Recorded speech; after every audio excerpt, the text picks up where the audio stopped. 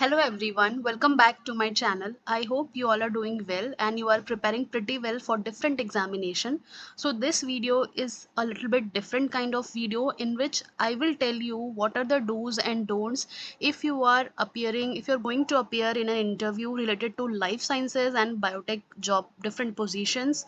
So this video will be a complete power pack. It means what you have to do right from the scratch, that what are the documents required for your interview, because in so many cases I have observed that many of the students are found ineligible just because of the document mismatch or documentation error. So I will let you know what you have to do. So before moving on, I will request to do subscribe the channel because it will motivate me so that I can make more and more such helpful and beneficial content for my community. And also, already I am in my channel, I am running a crash course of 45 days for GATE 2026, and that too for Excel and BT. So if you want to join, you can join it. So without further delay, let's start the video. Please watch till the end. I will include each and every important topic of this session. So this will be a interview preparation guide. So let's start. So why your interview preparation is important? This question needs to be answered because if you are going to appear in an interview, you know that there is a high competition. There are so many eligible candidates. Whenever you are observing a vacancy of, let's say, any one SRF position, any one GRF position, even for project associate, technical officer, you know that more than 100 of candidates are there. So how to compete like in a positive way with all of the candidates? कैसे हम अपने आप को prepare कर सकते हैं किसी भी interview के लिए? Because if you are not well prepared, there is no point of appearing in that particular interview, because we know that there is a high competition every year. So many graduates as well as post graduates are there, because हमें पता है कि हर बार biotech and various branches of life sciences से graduates, post graduates निकल रहे हैं with so many skills, so many technical skills as well, research skills as well. तो उनसे हम कैसे कॉम्पीट कर सकते हैं, this is very very important. Now apart from the strong knowledge, good communication skill, we know that these two are the key to success, but also how you are performing in your interview in front of your panelists, that is equally important. because हमें पता है कि दो candidates जब हम compare करते हैं, एक पर्सन ऐसा होता है जो कि एवरेज स्टूडेंट होता है, मीडियोकर होता है, but that person is very much confident. उसका बॉडी लैंग्वेज, उसका अटायर जो है वो काफ़ी प्लीजिंग होता है, जिससे कि पूरा पता चलता है कि कैंडिडेट कितना कॉन्फिडेंट है अपने प्रिपरेशन को लेके, अपने जॉब को लेके. ऑन दी अदर हैंड, एक पर्सन वो होता है जो कि बहुत ही इल कॉन्फिडेंट होता है just because of lack of confidence and बिल्कुल भी अच्छा बॉडी लैंग्वेज नहीं होता है. दिखता है कि जो भी कैंडिडेट है वो बहुत ज़्यादा डिप्रेशन या फिर एनजाइटी या किसी तरह के स्ट्रेस में है.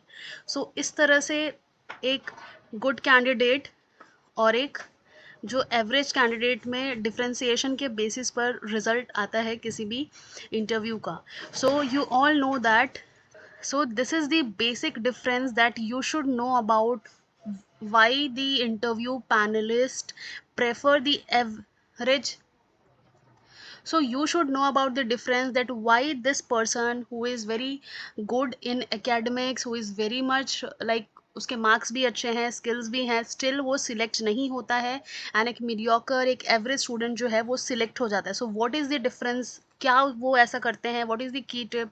So I will let you know that beyond the strong knowledge and good communication, you should always be confident. Your body language should be consistent with your expression. ऐसा नहीं कि ब्लैंक, आपका बॉडी लैंग्वेज एकदम blank है और आप कुछ भी बोल रहे हैं. And attire should also play a role in your selection. एक काफ़ी अटायर का एज सच कुछ इतना वो नहीं रहता है, लेकिन कहने का ये मतलब है कि आपका अटायर काफ़ी फॉर्मल होना चाहिए ताकि आप खुद कॉन्फिडेंट दिखे. क्योंकि ये तो एक ऑब्वियस बात है, अगर हम प्रॉपरली ड्रेसअप नहीं होते हैं तो हमारा जो कॉन्फिडेंस लेवल है वो थोड़ा हिलता है. तो if you are very well confident, आपका अटायर सब कुछ ठीक है, तो आपका बॉडी लैंग्वेज भी आपका बिल्कुल सही रहेगा. Now let's move forward. So किस किस पोजीशन के आप इंटरव्यू देने जाते हैं generally? If you are a MSc, आपने कोई भी लाइफ साइंसेज का एक नेशनल लेवल एग्जामिनेशन फाइट किया है, तो if you are a JRF, और else if you are already having an experience of 2 to 3 years, you will apply for an SRF position. So apart from this, you may also have appeared for the project associate role or assistant role, and different research assistant as well as research associate if you are a PhD, and guest faculty, technical officers if you are going to appear for a trainee interview for in reputed institutes like IIT, ICERS, NIT, BARC, DRDO. Then also your interview needs to be like top notch. So इन सारे positions के लिए आप interview में appear होते हैं. So what you need to do? Document से related सबसे पहले बात करते हैं कि क्या क्या डॉक्यूमेंट्स आपके पास में होने चाहिए. सो सबसे पहले हम बात करेंगे ओरिजिनल डॉक्यूमेंट की. You need to take the original as well as photo copies of your testimonials. अगर आप ये कह रहे हैं कि मेरे पास सारे फोटो कॉपीज हैं A to Z अब तक का जितना भी मेरा एकेडमिक्स है, and if you are not having the original one, then nobody will accept your verification. Because वहाँ पे क्या होता है कि कुछ केसेस में ये थोड़ा एक्सेप्टेबल भी होता है. दैट जैसे मान के चलो कि आपकी डिग्री अभी तक आपको नहीं मिली है, बिकॉज डिग्री हमें पता है कि थोड़ा टाइम लगता है मिलने में. So if you are not having that degree, you must have your provisional degree. Provisional degree होना चाहिए. अगर वो भी नहीं है, so you should draft a application that if you will get selected before joining you will provide that, और whatever be the time पे 30 days 35 days, तभी आपका जो सिलेक्शन है वो कंफर्म माना जाता है. So what are the requirements of like what are the documents required to make you eligible for your interview? यानी जब फर्स्ट वेरिफिकेशन राउंड में आप जाएंगे डॉक्यूमेंट वेरिफिकेशन में, so you will need your 10th का मार्कशीट, योर 12th का marksheet, your bachelors, यानी अगर आपने BSc किया है, BTech किया है, सो उसका मार्कशीट आपको लगेगा. इट मीन्स UG का मार्कशीट, PG का marksheet, whether you have done MSc, MTech, and if you are a PhD, then in PhD you will need the PhD notification, PhD degree. And apart from that, if you have qualified any of the national level examination like GATE, NET, DBT, ICMR or whatsoever, so you need to take the scorecard or the official result of that particular exam provided by that UGC or CSIR or whatever. So you need to take that. Along with that, you need to take your updated CV or resume. So if you are applying just after your MSc, you will be having a resume that should be of not more than 2 pages. So I have already uploaded one video regarding the cover letter and CV. You can watch it out, or if you want me to prepare a video, I will provide that. So अगर आप अभी recent post graduate हैं, then your resume should not be more than 2 pages. आपको उसमें कहानी नहीं लिखनी है, जो भी आपने academics में achieve किया है, जो भी research skills आपके पास है, if you have any publication, so it is very good, तो वो आप उसमें mention कर सकते हैं. किसी तरह का कोई exam qualify किया है, कोई workshop किया है, कोई training लिया है research से related, कोई research skill है, वो सारी चीज़ें आप उसमें मेंशन कर सकते हैं. तो एक अपडेटेड रेज्यूमे आपके पास होना ही चाहिए. Do comment below if you want the format और the exact template which you can follow for your job. Now जैसे कि मैंने बताया, academic transcript, you need the original copies of UG, PG, PhD if you have done. And apart from this, all the publications, yani first page of your publications, be it a research article, be it a review article.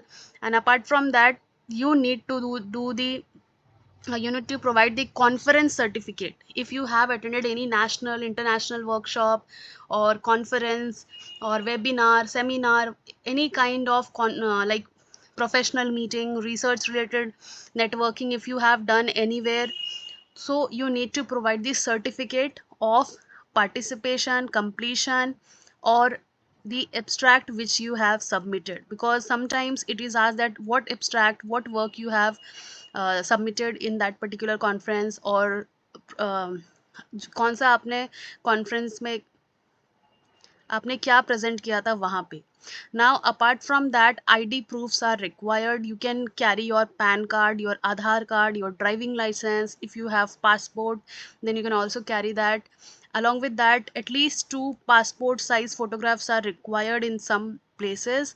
And apart from that, the most important one is experience letter, because this is the screening criteria. अगर दो candidates हैं, दो कह रहे हैं कि मेरे पास experience है, but if one candidate fails to provide the experience letter, then उसका एक्सपीरियंस जीरो काउंट होता है और मार्किंग कम हो जाती है. So you need to provide the proof of your experience letter. जहाँ पे भी आपने काम किया है, you need to provide the details of it. Internship certificate होना चाहिए अगर आपने कहीं इंटर्नशिप किया है तो, और वैलिड सर्टिफिकेट होना चाहिए विद साइन. जो भी आपको प्रोफेशनली अथॉरिटीज़ के थ्रू मिलता है वो वाला आपके पास सर्टिफिकेट होना चाहिए. तो जितना भी ओरिजिनल डॉक्यूमेंट मैंने मेंशन किया है उसका ही फोटो स्टेट होना चाहिए. और सभी में you need to self attest. Self attest कैसे करते हैं? जैसे मेरा नाम निशा है तो मैं अपना साइन, जैसा भी जो भी मैं साइन करती हूँ वो, और डेट लिख देते हैं उसके नीचे. और else if you don't want to sign, या फिर आप साइन के साथ अपना ऊपर में नेम भी लिख सकते हैं. So you can write it out. Generally sign अगर हमने कर दिया, डेट डाल दिया, तो it is self assisted attested. सारे ही फोटोकॉपीज़ आपके सेल्फ अटेस्ट होने चाहिए. Without self attestation they will not accept that. तो ये रहा मेजर आपका डॉक्यूमेंटेशन का. आप एक दिन पहले ही सारे डॉक्यूमेंट्स या 2 दिन पहले ही सारे डॉक्यूमेंट्स अरेंज कर लीजिए. ओरिजिनल बहुत प्रॉपरली लेके जाइए, बिकॉज ऐसा नहीं कि आपको वहाँ पे किसी भी तरह से मिस हैंडलिंग करना है अपने ओरिजिनल डॉक्यूमेंट का, because you know the worth of your original document. तो अच्छे से एक फोल्डर में, जिप फोल्डर में लेके जाइए ताकि कहीं से भी गिरने का चांस ना रहे कोई भी डॉक्यूमेंट का. एंड उसी के ही पैरेलली आप फोटोकॉपीज़ भी लगाइए. सो नेक्स्ट पार्ट देखते हैं, डूज ऑफ इंटरव्यू. क्या आपको करना है एंड क्या नहीं करना है, ये डिस्कस करते हैं. So dress formally and neatly. There is no such rule कि आपको ये पहन के जाना है या वो पहन के जाना है, but it is always advised कि ऐसा कपड़ा पहनना चाहिए या ऐसा ड्रेसअप होना चाहिए जो कि थोड़ा सा भी किसी भी वे पे बहुत ज़्यादा कैची ना लगे, अलग से उसमें नज़र ना जाए. एकदम फॉर्मल सटल कलर्स के कपड़े, पेस्टल शेड्स आप पहन सकते हैं. अगर डार्क भी पहन रहे हैं, नेवी ब्लू, या फिर अगर आप वाइट भी पहनना चाहे, it is also good. But जो भी होना चाहिए सब नीट प्रॉपरली आयरन क्लॉथ्स आपको पहनने हैं. Now research about the institute lab beforehand. जिस भी लैब में आप अप्लाई कर रहे हैं, you need to know what are the current projects going on, what are the current team members, कितने PhDs हैं, कितने पोस्ट डॉक्स हैं, कितने ट्रेनीज़ हैं, या कितने GRF SRF हैं. ये सारी चीज़ों का नॉलेज अगर आपको होगा तो आपको पता होगा कि उस लैब में कितने फ्रीक्वेंटली पेपर्स आते हैं. मैं हमेशा कहती हूँ PhD में इंटरव्यू देने जाती हो, PhD में कोई लैब सिलेक्ट करते हो, उससे पहले उस लैब के बारे में रिसर्च करो कि how much time it is required to award the PhD degree for a candidate in that particular lab. कितना टाइम लगता है, कितना फ्रीक्वेंटली पेपर आ रहा है. And also the major is research area देख के जाओ कि उस लैब में किस एरिया पे काम होता है, because obviously the panelist will ask you that question कि आप इस प्रोजेक्ट के लिए हायर हो रहे हैं तो क्या आपके पास इससे रिलेटेड नॉलेज है, रिसर्च स्किल्स हैं और नॉट. एंड ऑल्सो जो भी अगर आप किसी प्रोजेक्ट में टाइटल मेंशन होता है, प्रोजेक्ट का पूरा नाम मेंशन होता है कि ये प्रोजेक्ट है, so you need to read about all those things. थोड़ा सा होमवर्क करके जाइए कि जितने भी टाइटल में जो भी चीज़ें लिखी हैं उसके बारे में अगर आपको रिसर्च करना हो, आपको प्रपोजल सबमिट करना हो, तो आप क्या कैसे सबमिट करेंगे, आप क्या बताएंगे, क्या ऑब्जेक्टिव्स होंगे, क्या मेथडोलॉजी होंगे, क्या क्वेश्चन हाइपोथेसिस आप एड्रेस कर रहे हैं, एंड उस रिजल्ट का जो भी आपकी फाइंडिंग्स आएंगी उसका क्या बेनिफिशियल है, सोसाइटी के लिए क्यों बेनिफिशियल है वो. ये सारे पॉइंट्स पे अगर आप काम करके जाएंगे, so trust me you will be able to answer each and every question. अगर आप ब्लैंकली जाके बैठ जा रहे हैं without even doing the research about the institute की कौन PI है और कितने लैब्स हैं, कितना काम होता है, किस ईयर में इस्टेब्लिश हुआ है, कितने साल उस लैब को हो गए, ये सारी चीज़ों के बारे में आपको थोड़ा सा पता होना चाहिए. कौन कौन से ग्रांट्स मिलते हैं उस लैब में, ये सारी चीज़ों से रिलेटेड आपको थोड़ा रिसर्च तो करके जाना ही पड़ेगा. Be clear about your own research project work. जो भी previously if you have worked somewhere, you need to have the insights of whatever project if you have done. So provide all the related जो भी आपने instrumentation सीखा है, जो भी research skills आपने अपने प्रोजेक्ट से सीखा है, बी क्लियर कट एंड आप उसे कम से कम 1-2 मिनट में बता पाएँ, ऐसा आपको प्रिपेयर करके जाना होगा. Listen carefully before answering, this is the like main की पॉइंट। जो भी आपके पैनलिस्ट क्वेश्चन पूछ रहे हैं उसे प्रॉपरली सुनिए कि वो क्या पूछ रहे हैं और तब जाके आंसर कीजिए। ऐसा नहीं कि वो कुछ पूछ रहे हैं आप कुछ आंसर कर रहे हैं। Be polite and professional, you don't need to over excite, over confident नहीं शो होना है, ओवर एक्साइटमेंट नहीं शो करना है। किसी क्वेश्चन का आंसर आता है तब भी और नहीं आता है तो भी कंसिस्टेंसी से बोलना है कि I don't know about that much, I need to read about it. ऐसे आप पोलाइटली बोल सकते हैं। काफ़ी प्रोफेशनल है, हंस हंस के इतना ज़्यादा आंसर नहीं करना है। ऐसा भी नहीं कि दुखी होके बोलना है, एकदम सटल एक्सप्रेशन रखना है, बहुत ही पोलाइट रखना है। एंड आप इंटरव्यू देने जब अंदर भी जाते तब भी आपके पास आपके डॉक्यूमेंट का सारा फाइल रखना होता है, बिकॉज कभी ऐसा होता है कि पैनलिस्ट कुछ पूछ देते हैं एंड देन दे सेड कि show me your training letter, show me your this, show me your award letter. तो वो सारी चीज़ें हमारे पास में होनी चाहिए ना। What are the don'ts, don'ts में ब्लफ नहीं करना है हमें। जो चीज़ हमें आती है कॉन्फिडेंटली 100% एडमिटेड कि ये ऐसा ऐसा होता है, I know about this. If you don't know then don't need to do the bluff kind of thing. अगर नहीं आता है तो सीरियसली उसे एक्सेप्ट करो कि I need to read about it, I don't know much about it, I am not sure about it. ये सारे फ्रेजेस का आप यूज़ कर सकते हैं। आपको वहाँ पे कभी भी पैनलिस्ट इस बेसिस पे जज नहीं करते कि आपने इस चीज़ का आंसर नहीं दिया। How you have tackled that particular question, इस चीज़ पे इंटरव्यू में आप सिलेक्ट होते हैं। यानी कि क्वेश्चन में ये पूछ, अगर कोई भी क्वेश्चन आपको पूछा, हो सकता है सब्जेक्टिव, कभी भी किसी को all of a sudden answer नहीं आता है, बट आप उसे कैसे मैनेज कर रहे हैं, कितने सिंसियरली, कितने ऑनेस्टली आप ये एडमिट कर ले रहे हैं कि आपको उसके बारे में नहीं पता, ये बहुत ज़्यादा इंपॉर्टेंट होता है। Don't criticise previous mentors and lab, आपको क्रिटिसाइज नहीं करना है। अगर आपका एक्सपीरियंस जो है वो अच्छा नहीं रहा है प्रीवियस लैब्स का, या प्रीवियस जो भी आपके रिसर्च लैबमेट्स थे, रिसर्च कोलीग्स थे, then also you don't need to criticize them, don't need to say anything bad about all of them, because इससे शो करता है कि आप कितने ज़्यादा आपके अंदर इंटीग्रिटी है, कितनी ज़्यादा ऑनेस्टी है कि आप फिर एक जो बोलते हैं ना एक रिलेशन आप मेंटेन कर सकते हो। अगर आप वहाँ से निकल भी गए उसके बाद भी you are not criticising them in any way. So don't be casual, ये तो मैंने बताया ही, ओवर कॉन्फिडेंस नहीं शो करना है। Avoid one word answer, one word में आंसर कभी भी नहीं देना। अगर वो आपसे कुछ भी पूछ रहे हैं तो try to answer it in 1 और 2 सेंटेंसेस, जैसे मैंने बताया, और बहुत लंबा भी नहीं देना है। नाउ जैसे ही आप एंट्री करते हैं आप ग्रीट नहीं करेंगे, अपने आप जाके बैठ जाएंगे, वो सब भी नहीं करना है। So all these are like the, you can say don'ts, मतलब आपको करना ही नहीं है। बिल्कुल ऑनेस्ट रहना है। जो क्वेश्चन आपसे पूछा जा रहा है आपको पता है तो बताइए, नहीं पता है तो भी बोल दीजिए, ऑनेस्टली एक्सेप्ट कर लीजिए। नाउ नेक्स्ट पार्ट, कॉमनली क्या होता है, सबसे पहले जाते ही बोलता जाता है इंट्रोडक्शन। इंट्रो देने बोला जाता है, पैनलिस्ट विल से कि introduce yourself, so you need to introduce yourself in front of the panelist. Introduction अगर आपको जानना है so I can provide the answer, और इसका आंसर इसलिए भी मैं नहीं प्रोवाइड कर रही हूँ क्योंकि फिर आप उसी को रट के जाएंगे। Introduction should be all yours. सबसे पहले जैसे वो आपका नाम ही बोल देते हैं, so you don't need to repeat your name, you need to provide information about yourself, so you need to provide the recent आपने क्या किया। जैसे अगर आपने MSc अभी अभी फिनिश किया, so you can say that I have completed my post doctorate, I have completed my post graduation in this subject from this university with this grade, and after that I have earned this much of training experience, this much of research experience in the field of, आपको field बताना होगा किस research area में आपने काम किया है and किन के साथ में काम किया। If you have any other sort of like achievement है, कोई एग्ज़ाम है, या फिर आप अगर गोल्ड मेडलिस्ट हुए हैं, या जो भी आपके पॉजिटिव्स हैं वो आपको बताना है। लिटिल बिट ऑफ हॉबीज़ भी पूछा जाता है, वो भी आप इंक्लूड कर सकते हैं। एंड ऑल्सो आप आगे क्या करना चाहते हैं वो भी आप 1-2 लाइन में बता सकते हैं कि मेरा लॉन्ग टर्म विजन ये है, मैं इस फील्ड में काम करना चाहता हूँ या कंट्रीब्यूशन देना चाहता हूँ या चाहती हूँ। तो ये आप हमेशा एक बना के लेके जा सकते हैं और आप उसी बारे में बोल सकते हैं। Why do you want to join this position, ये क्वेश्चन पूछा जाता है, क्यों आप ज्वाइन करना चाहते हैं। So as per your interest आप आंसर दे सकते हैं। Explain your research work project, ये तो मैंने बताया कि आपको 2 से 3 लाइन में अपनी करंट फाइंडिंग्स, वो क्यों सोसाइटी के लिए इंपॉर्टेंट है, ये सब बताना होगा। And the most important one, what are the techniques do you know in past से लेके जितना भी आपने अभी तक रिसर्च किया है, what are the research skills, what are the research instrumentation, and what are the advanced techniques about the biotechnology research you know about।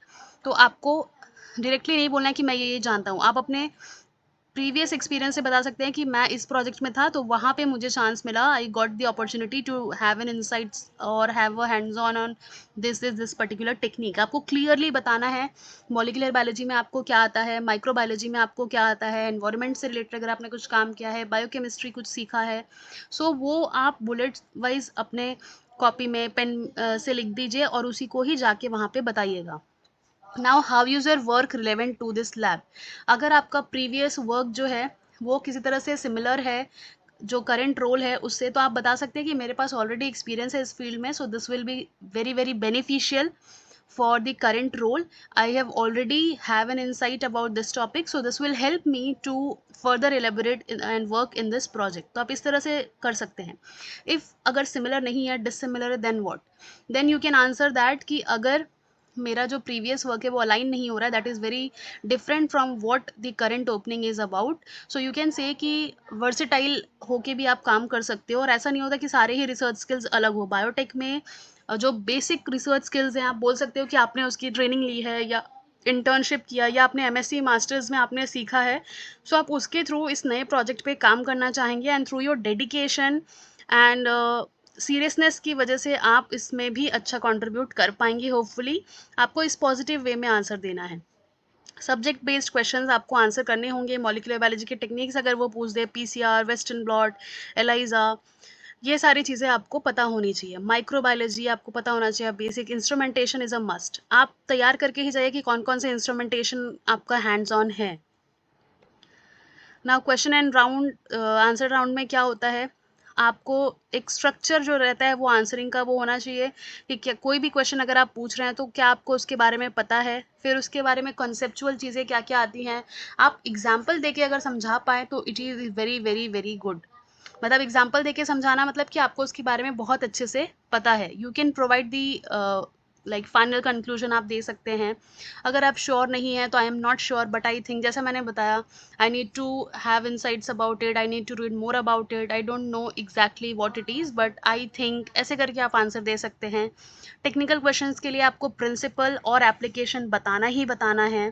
And जो भी आपके एचआर का क्वेश्चंस आता है उसके लिए आपको ऑनेस्ट पॉजिटिव ये दिखाना होगा, आप में लीडरशिप स्किल है, आप में कोलैबोरेटिव वर्क, टीम वर्क करने की कैपेसिटी है। ये सारी चीज़ें आपके लिए बहुत ज़्यादा इम्पॉर्टेंट है। सो इसीलिए आपको बहुत ज़्यादा अच्छे से पढ़ना होगा। जो फाइनल टिप क्या है इंटरव्यू के लिए, बेसिक्स आपको जितना मैंने यहाँ मेंशन किया है, you need to have the brush up करना है आपको। वेस्टर्न ब्लॉट, जितने भी मॉलिक्यूलर माइक्रोबायोलॉजी रिलेटेड चीज़ें हैं वो आपको अच्छे से करना चाहिए। एंड इंटरव्यू के पहले प्रॉपर सो के चाहिए ताकि आपके फेस पे किसी तरह का डलनेस ना दिखे। You need to be look bright and cool and calm, confident आपको दिखना है। सो उस तरह से आप प्रिपेयर कीजिए। मॉक इंटरव्यूज़ आप कर सकते हैं, देख सकते हैं यूट्यूब में, या अपने फ्रेंड के साथ प्रैक्टिस कर सकते हैं। So this was all for this session. अगर आपको थोड़ा भी इससे हेल्प हुआ है, don't forget to subscribe the channel and thank you so much for watching.